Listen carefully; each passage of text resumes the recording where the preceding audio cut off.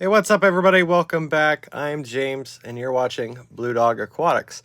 Now, today we are covering my top 10 favorite isopods. As you can see, we have quite a few cultures here.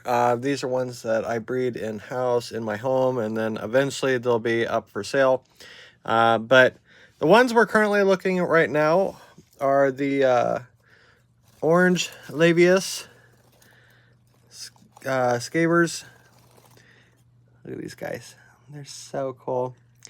And you can see that right there we have springtails mixed in this as well. With isopods, it's very crucial to have different decomposing things, and then you want a portion of it to be dry and then a portion of it to be wet. So we have our sphagnum moss over here, and you can see the isopods just thriving, and same with the springtails. We also have a piece of corkwood here, which they absolutely love, and they're going to chew on that and eat it. Be careful with, and then obviously we have leaf litter in here. Be careful with putting like fish food or anything like that. I know the isopods love it, but it can cause mold issues in here. This actual enclosure right here, we had a really bad problem with mold, and it's still really dry, or still really wet on the dry side, and so we're still trying to let it completely dry out. But so at number 10 is the Spanish orange, or the orange labius isopods. With these setups, you can do these at home. We have or you can get these totes from Menards or from a container store. Just depends on how big your culture is, but they're really easy to make. Just make sure that you have ventilation. You can see that we have the ventilation in a lot of these. But so that was number 10. And before we go on to number 9, if you enjoy what you're seeing at this channel, thank you so much to all the new subscribers. We really appreciate you. We bring you videos each and every week on different topics. If there's something you want to see, please let us know in the comments down below. Let us know what you think of this, and if you're new, please consider subscribing. And so without further ado, let's do number 9. Now, before I go on to number 9, the Spanish orange, they are really easy to breed. So if you're looking for a very easy isopod to breed, then I would definitely check out the Spanish orange, followed by the powder orange. I know we're going to do a couple of oranges right away, but orange is one of my favorite colors, so it's definitely one that I like to do. This is going to be a smaller colony because this is a new one that we just did. Yep, there they are. These guys are powder oranges. As you can see, they are very, very little. So we haven't had a lot of reproduction in this setup yet. But in the middle of no time, these guys will be thriving. As you guys can see, just like the last one, we have our leaf litter here. This piece of charcoal here is actually for the springtails, which will help control your mold population. And then we have our sphagnum moss over here, and look, bunch of baby powder oranges running around. So yeah, I really like the orange colonies. They pop really well, but they don't really work really well with your reptiles because they stand out like a sore thumb. So now that is the powder orange. Number 8 is going to be another one that is very, very common and very, very easy to take care of, and that is the powder blue isopod. Again, I think I actually picked up these at Menards, these containers. They're really inexpensive. And just so you know, I kind of forgot to do this, but the Spanish oranges, you're going to pay about 30 to 40 bucks for 10 of them. Your powder oranges are going to be about the same. Same with their powder blues. They're going to be 30 to 40 dollars. So these guys are all right in the same range. Powder blues are kind of harder to see just because they blend in, except for when your colony is really good. So as you can see, these are all the powder blues. I never really classified these guys as a blue. Like, they don't look blue.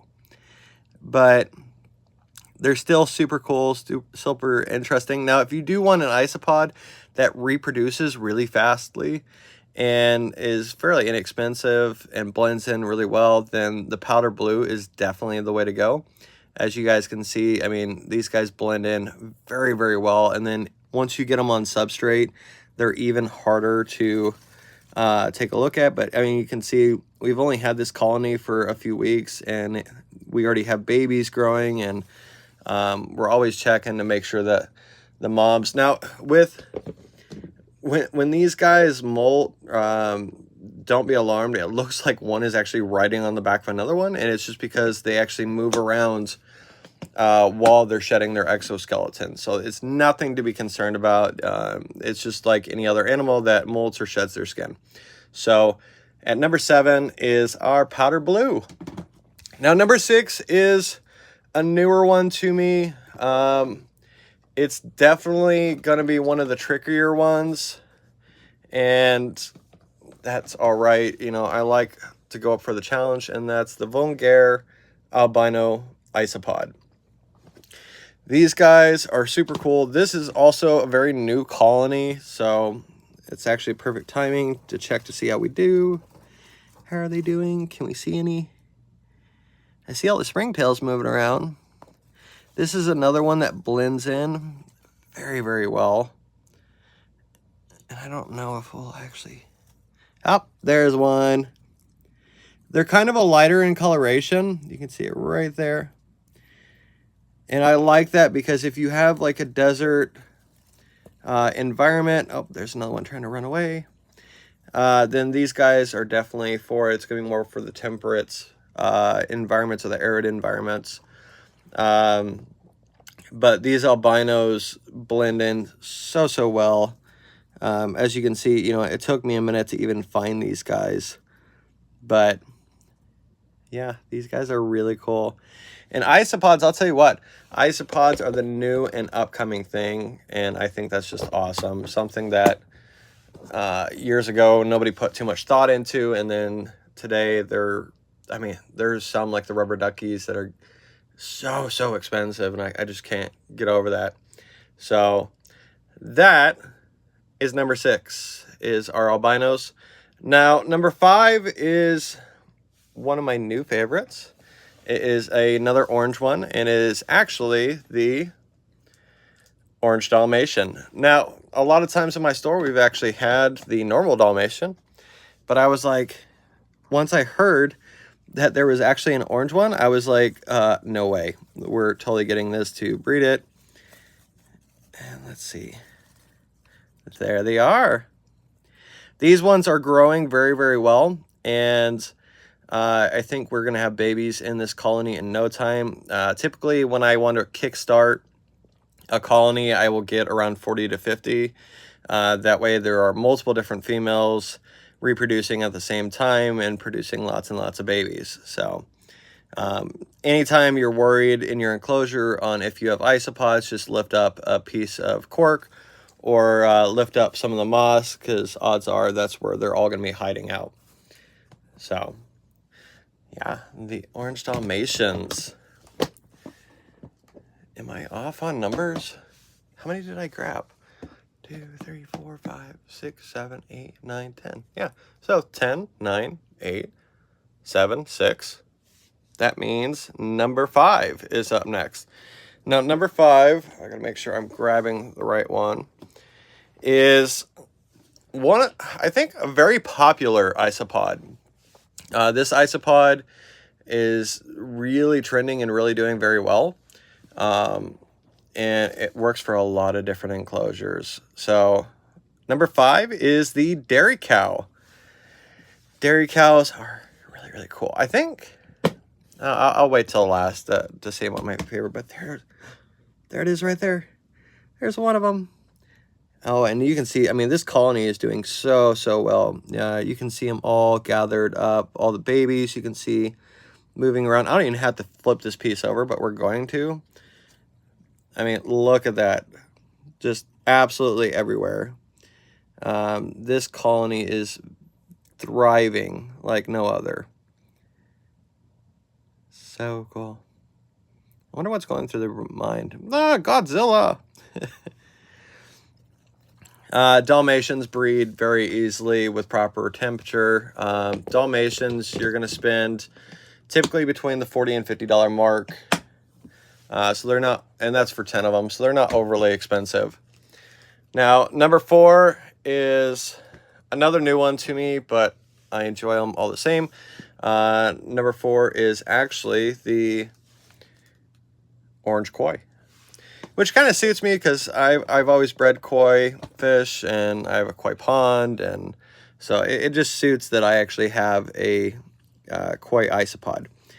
These guys, oh, there they are. They're more of like a calico. I wouldn't, and I could almost say that they're like, they look like a, I don't know, like a powder orange, but you can see they're all tucking away. But yeah, they have the pattern inside the almost polka dot, and that's why they're called kois. But I don't know. And then look, all the springtails moving around. Orange koi are going to be typically in the $40 to $60 range. They're going to be a little bit more expensive isopod, but we have ones that are much, much more expensive than that. Now, number 3 is a really cool one too. Has a really awesome design, and that is the calico. The calico isopod, typically price range is going to be $40 to $60, and that's for a group of 10. There they are. They are just all different colors, and I think if you have a bioactive, a tropical bioactive, then these guys would definitely be the ones for you. They breed really fast, and as always, make sure that if you are breeding isopods that you have springtails in there as well to help control the mold. And as you can see, like, all of our setups are very similar. We have the sphagnum moss, we have the cork, we have the leaf litter, all things for the isopods to eat. Close this back up and move on to number 2. Number 2 is another favorite. This one kind of takes me back to my shrimp, just by the name. Can you guess what it is? Well, it is none other than the Panda King. The Panda King is a really cool isopod, and I hope we can find some because these guys' patterns are just insane. Where are you? This is, oh, there they are. This is a newer colony, but you can already see that there are babies right there. There's a subadult right there, so they definitely have... Quit running away. Lots and lots of babies. You can see the baby right there in the corner. These are going to be a slower growing isopod, in my opinion anyway. This colony only has about 20 in it, so it's still a very new colony. But I'm hoping with time that it'll eventually grow and thrive, and it will. It's just a new colony for us. So now, can you guys guess what number 1 is? Number 1 is my all-time favorite. It's another new one to me, but before I go on, the Panda King, you're going to spend about 50 to 70 bucks on them for 10. They're definitely not cheap. But yeah, this one is new. Number 1 is actually new to me again, but the really cool thing is that I absolutely am in love with them. They do run $60 to $80 for 10 of them, so they are not cheap by any means. So can you guess what it is? It is the Scabber lava isopods, and these guys truly do live up to their name. This is my all-time favorite here. Now let's see if we can actually find them. And you notice how I'm always going, oh, there it is. There it is. There it is. Did you see it? There he is. Do, do, do, do, do. There are only 2 colonies in this one. This is still a very new colony. And that's just because they are so expensive. And so, you know, as much as I would love to go crazy and get a bunch of these guys, there's more of them. They're just really, really expensive. But yeah, you can see them. They're creeping all over the place. But yeah, guys, that's my top 10 favorite isopods. Let me know which one's your guys' favorites, which one that you have the easiest time working with, or what you have in your setups. We have much more different types of isopods, so it definitely keeps us busy. But the awesome thing is as long as you set them up properly, they're very low key and very easy to breed and replicate. Just make sure to do your research on whatever specific type that you're getting. That way you can have a successful breeding program. But hope you guys enjoyed this video. Like I said, give us a thumbs up. Please consider subscribing if you're new to this channel. If you're a current subscriber, thank you so much for tuning in. And as always, guys, we will see you next week. And the big question, as always, your isopod or mine?